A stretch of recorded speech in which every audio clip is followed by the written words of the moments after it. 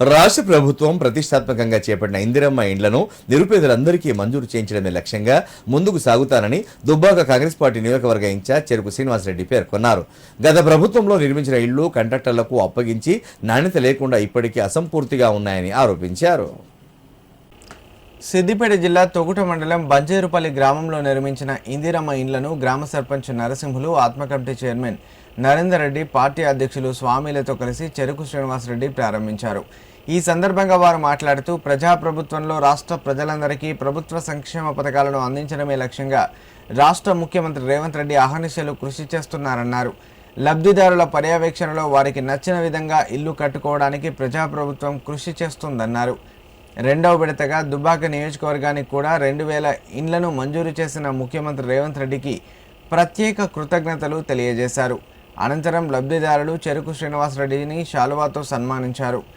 ఈ కార్యక్రమంలో market committee vice chairman Kongari Narasimhulu, ఉప సర్పంచ్ శ్రీనివాస్, ఉపాధ్యక్షులు ఉప్పలయ్య, భూపాల్ రెడ్డి, మహిపాల్ రెడ్డి, రాజు, నాయకులు, కార్యకర్తలు పాల్గొన్నారు.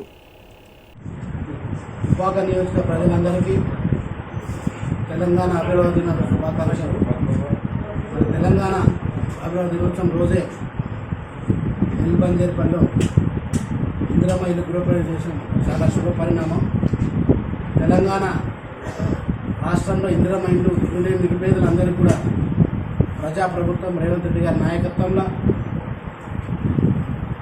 నిరుపేదలందరికీ కూడా జీవిత కళ సొంత ఇంటి నిర్మాణం గతంలో కాంట్రాక్టర్లకు ఇచ్చి అస్తవ్యస్తంగా నిర్మాణం జరిగేది. కానీ లబ్ధిదారుల పర్యవేక్షణలో అత్యంత ప్రతిష్టాత్మకంగా ఏ రాష్ట్రంలో జరిగినంత విధంగా తెలంగాణ రాష్ట్రంలో ఇందిరమ్మ నిర్మాణం జరుగుతూ ఉంది. మళ్ళీ ఈ సంవత్సరం కూడా దుబ్బాక నియోజకవర్గానికి 2000 ఇల్లు శాంక్షన్ చేసినందుకు గౌరవ ముఖ్యమంత్రి గారికి దుబ్బాక నియోజకవర్గ ధన్యవాదాలు. మరి తొగుట మండలంలో ప్రతి గ్రామంలో కూడా మళ్ళీ సారస్వతికి ఎన్నికల లోపల గుడిసెలు లేని నియోజకవర్గం, గుడిసెలు లేని మండలంగా తీర్చిదిద్దే పూర్తిగా కాంగ్రెస్ పార్టీ. మరొకసారి తెలంగాణ అభివృద్ధి వచ్చిన రోజు గృహప్రవేశం చేసిన వారికి ప్రత్యేక ధన్యవాదాలు.